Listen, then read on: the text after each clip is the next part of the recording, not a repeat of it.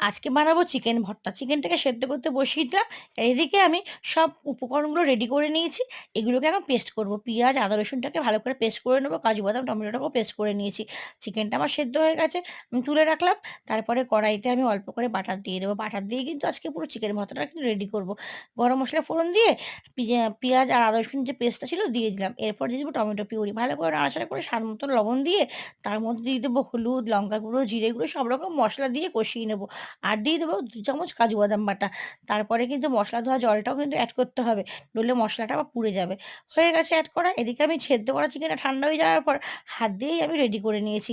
এবার আমি চিকেনটাকেও মসলা কষার মধ্যে দিয়ে ভালো করে কষিয়ে নেব। আর দিয়ে দেবো চিকেনের স্টকটা। এটা দিয়েই কিন্তু রান্না হবে। আলাদা করে কোনো জল আমি এড করলাম না। ব্যাস হয়ে গেছে আমার রান্না। এরপরে কাসুরি মেথি আর ফ্রেশ ক্রিম, টক দই ফেটে নিয়ে একসাথে দিয়ে দেবো। তারপরে একটু গরম মসলা, চিনি দিয়েই আমার রেডি হয়ে গেল চিকেন ভর্তা। Bye, by.